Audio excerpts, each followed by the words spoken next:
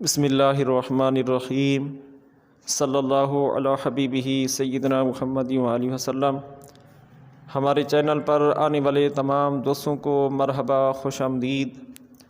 آج میں آپ تمام دوستوں کے لیے نیلا سفید با کرنٹ، بلا زنگار، با وزن کشتہ بنانے کا طریقہ لایا ہوں، جو کہ یہ تمام روحی چیزوں کا چھوڑ ہے۔ پھٹکڑی کو تیل کرتا ہے، گندھک کو تیل کرتا ہے، شورے کو تیل کرتا ہے، نوشادر کو تیل کرتا ہے، سم الفار کو تیل کرتا ہے اور پارے کو بھی بٹھاتا ہے۔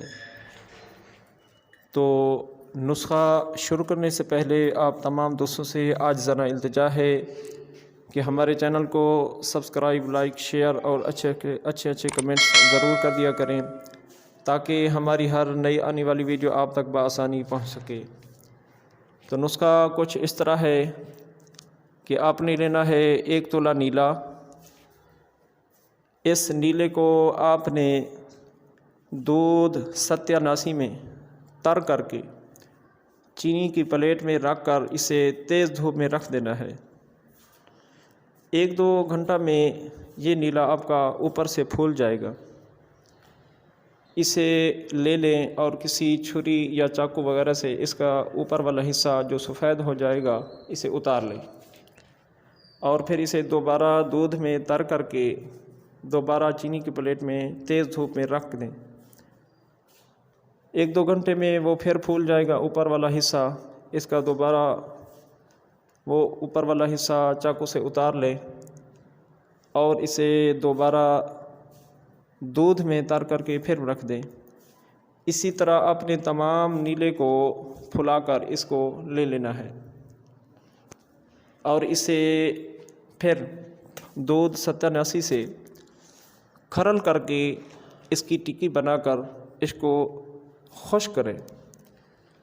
جب ٹکی خشک ہو جائے تو آپ نے اسی 87 بوٹی کی خاکی سر لینی ہے 2 کلو۔